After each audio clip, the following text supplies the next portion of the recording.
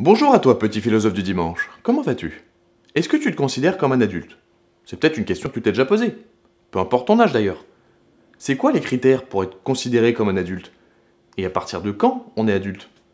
Et au final, qu'est-ce que ça veut dire être adulte? Est-ce que c'est genre, t'es ado, tu travailles un matin et paf, t'es adulte? C'est une question que je me pose depuis pas mal de temps. Et c'est la question à laquelle on va essayer de répondre aujourd'hui. Générique, s'il vous plaît.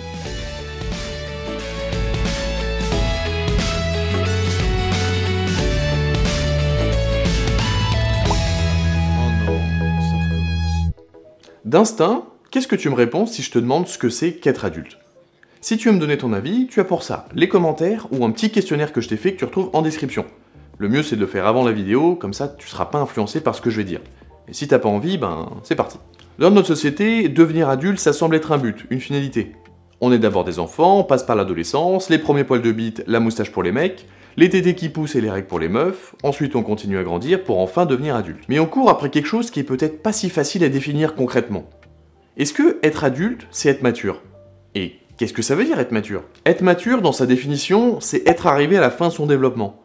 Mais en fait, être mature et être adulte, ça dépend à quel niveau on regarde.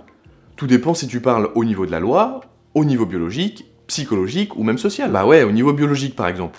T'es considéré adulte quand t'as atteint ta maturité et que ton corps cesse de grandir. En neurosciences, être adulte, c'est quand le développement de tes neurones est arrivé à leur terme, ce qui arrive en moyenne entre 25 et 30 ans.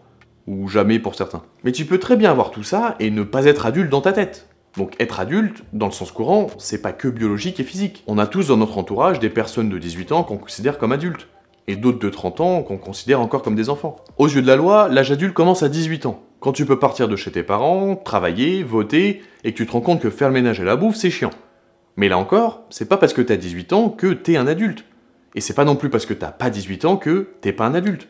Donc faut bien différencier l'adulte biologique et l'adulte psychologique et social. Et là ma question c'est, à quel moment de ta vie tu t'es senti adulte? Et quels sont les événements que tu considères comme clés pour devenir adulte? Ah, mon premier appart de 10 mètres carrés. Je pouvais prendre ma douche, cuisiner et dormir en même temps. Qu'est-ce que c'était beau. Eh ben moi, j'ai réussi à m'habiller tout seul ce matin, comme un grand. Ça tombe bien, lors d'un sondage de 2012, on a posé ces questions à 800 ados de 15 à 18 ans et 800 adultes de 18 à 65 ans. Alors, c'est pas tout jeune comme sondage, et c'est d'ailleurs pour ça que j'aimerais bien que tu fasses le questionnaire que je t'ai mis en description. Et ce qu'il en ressort, c'est que dans les moments clés pour devenir adulte, on retrouve en tête le jour de son premier travail, le jour où on part chez ses parents, le moment de la naissance de son premier enfant, et le jour de son mariage. Maintenant qu'on sait ça, ma question c'est, qu'est-ce que c'est être adulte? C'est quoi la vie d'adulte? Et ça tombe encore bien parce que c'est la question qu'on a posée aux mêmes personnes du sondage. Waouh, c'est fou ça, quelle coïncidence. T'as vu? Bien fait, hein. Et ce qui revient le plus souvent, c'est que être adulte, c'est avoir des responsabilités, savoir prendre des décisions, être indépendant financièrement et être autonome. Et ça rejoint un peu ce que j'aurais pu dire de quelqu'un que je considère comme adulte. C'est quelqu'un qui se débrouille tout seul, d'autonome, qui trouve les solutions, et qui est pas obligé d'appeler ses parents à chaque fois qu'il a une difficulté. Ouais, allô maman?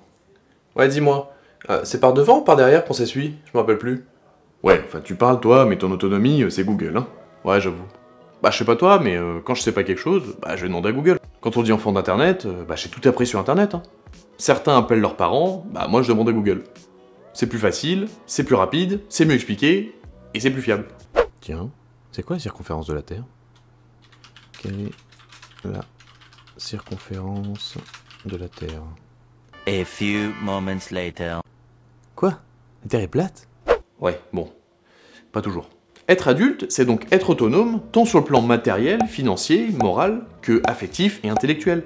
Tu fais ce que tu veux, tu achètes ce que tu veux, t'as les amis que tu veux, tu couches avec qui tu veux, et tu fais pas forcément ce que disent tes parents. Même si on est d'accord que t'es jamais totalement autonome. Il y a bien un moment donné où tu dois demander quelque chose à quelqu'un pour qu'il t'aide. Mais dans la très grande majorité des cas, bah tu te débrouilles tout seul. Donc être adulte, sur le papier, ça semble être une bonne chose. Mais j'ai l'impression que de nos jours, être adulte, c'est aussi devenir chiant et trop sérieux. C'est rentrer dans le cadre, faire attention à ce que tu dis, ce que tu fais, tout prévoir, organiser. J'ai l'impression qu'être adulte aujourd'hui, c'est le jour où on te dit « Allez, tiens bonhomme, fous-toi ça dans le cul et vole de tes propres ailes maintenant. Adieu ma demi-part d'impôt. » Attends, c'est pas n'importe quel balai, Harry. C'est un Nimbus 2000. En tout cas, c'est le ressenti que j'ai. Paradoxalement, être adulte aujourd'hui, c'est gagner en liberté d'un côté parce que tu fais ce que tu veux, entre guillemets, mais c'est en perdre de l'autre côté parce que t'as plus d'obligations, de devoirs, de responsabilités, de la paperasse nulle à chier à faire, et plus de conventions et de pression sociale. Ouais, tu vois un peu tout en noir quand même, hein. Ah bah si c'est ça, moi je veux pas être adulte, hein. Et je suis tombé sur une théorie qui m'a bien aidé à avancer dans ma réflexion de ce que peut être un adulte. Et en fait, je pense qu'il serait bon de changer un peu l'idée où on s'en fait. Cette théorie, c'est l'analyse transactionnelle de Eric Berne, elle-même adaptée de la théorie psychanalytique de Freud. Alors t'inquiète pas, c'est moins chiant que ça y paraît. Le concept de cette théorie, c'est qu'on aurait tous en nous 3 états du moi différents, des petits personnages en quelque sorte. On aurait tous en nous un parent, un adulte et un enfant. Vous avez normalement tous vu un film avec une personne avec un ange et un démon sur ses épaules. Et bah là c'est la même chose, sauf que tu remplaces l'ange et le démon par l'enfant et le parent. On a l'état parent, c'est celui qui s'apparente aux parents, au professeur, qui représente la morale, les règles, les normes, les mœurs, en gros tout ce qui est la porte cadrée, limitée, et tout ce que tu dois faire ou ne pas faire. Va ranger ta chambre. Enlève ces doigts de ton nez. Arrête de faire hélicoptère avec ta bite, tu vas t'enrhumer. Enlève tes coudes de la table. De toute façon, t'aurais dû être avorté, grosse merde. Pardon. Je suis peut-être laissé un peu emporter. En gros, c'est celui qui se conforme à ce qu'on lui a appris dans le passé, sans trop se poser de questions. Ensuite, on a l'état enfant, ça c'est celui de la cour d'école, qui court partout, qui pense pas aux responsabilités, ni aux conséquences de ses actes. Il fait ce qu'il veut, il est dirigé par les émotions, l'instinct, le désir, l'envie, la liberté et les rêves. C'est Michael Youn dans Incontrôlable, si tu l'as déjà vu, ou, comme dans Brise de Nice, c'est un mec sans fil dans tout ce qu'il dit et tout ce qu'il fait.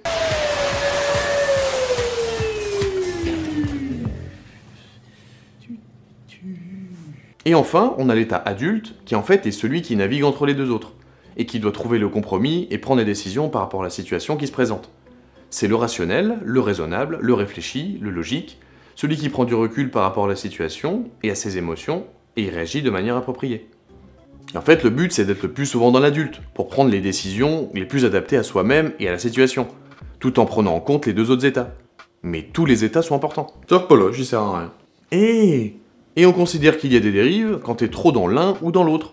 Si t'es trop dans l'enfant et que ton parent est pas assez développé, bah c'est ce qu'on appelle le syndrome de Peter Pan. Mais, où est-ce qu'on va?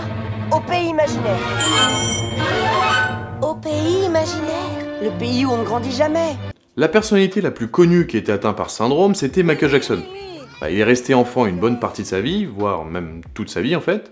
Il collectionnait les jouets, les poupées, il avait un parc d'attractions carrément chez lui, et il jetait les enfants par les fenêtres. Et non, ça c'est pas vrai. Pour vous prouver qu'il en avait vraiment rien à faire, j'ai une anecdote sympa. Après avoir enregistré une interview avec Oprah Winfrey chez lui à Neverland, et après qu'elle soit repartie, il a fermé la porte, s'est retourné et a littéralement pissé par terre. Oh mon Dieu. Vivre dans l'urine, c'est affligeant. Une femme de ménage a même raconté que Michael Jackson lui avait déjà envoyé une boule de neige mélangée avec du caca. De la merde quoi. Berk. Il nous a chié dessus. Mais tu vas où? Bah je vais dehors, je vais faire un bonhomme de neige. Mais y a pas de neige. Ah ouais. Bon, je vais faire un bonhomme de merde alors. Allez. Roi de la pop, roi de la poupe, ouais. T'es bizarre ce mec, hein. Ensuite, si t'es trop dans le parent, bah tu deviens rigide comme ma Gaule du matin. Comme dans Astérix et Obélix? Non, c'est pas la même Gaule. Tu fais tout ce qu'on te dit de faire, sans déroger à la règle, bien carré, sans trop réfléchir. Tu te conformes coûte que coûte, en effaçant un peu ta personnalité, ce que t'es et ce que t'as envie. C'est pas le bon plan non plus, parce que c'est plus difficile d'être heureux comme ça. Et donc le job de l'adulte, c'est d'un côté écouter son enfant intérieur, ses envies et ses besoins, et de l'autre, c'est remettre en question ses principes pour les accepter ou les rejeter. Bah parce que c'est pas parce que tes parents ou les mœurs te disent que c'est forcément bon pour toi, hein. À chacun de construire son adulte et ses propres règles en fait. Donc être adulte, c'est une bonne chose. Mais si t'es trop dans l'adulte, tu deviens chiant, ennuyeux, et ça peut créer un déficit émotionnel. Tu deviens un robot quoi. Froid et toujours en train d'analyser. Et être adulte, c'est aussi ce qui peut t'amener à perdre un peu ton enfant intérieur. Celui qui joue encore aux jeux vidéo, qui rigole pour rien, qui pense pas à ce que les autres peuvent penser. C'est le petit enfant insouciant qui te permet de kiffer la vie. Mais ça veut dire que tu vas m'oublier? Mais non, t'inquiète. Et perso, je veux jamais perdre ça, hein. Parce que suivre les règles tout le temps, se retenir, faire attention, faire ce qu'on te demande, être constamment dans le contrôle, c'est chiant. Mais ils sont trop nuls les grands. Et c'est donc pour ça qu'il est important selon moi d'entretenir et de prendre en compte les 3 états. C'est un équilibre à trouver en fait. Et quand tu regardes cette théorie, tu te rends compte qu'on est tous un peu barjots en fait. Hein. Ah non, y a que toi. Hein. Ah ouais? Bon, bah tant pis, je suis barjot. Mais finalement, je me dis que c'est comme ça qu'on devient adulte. C'est en remettant en question et en s'écoutant.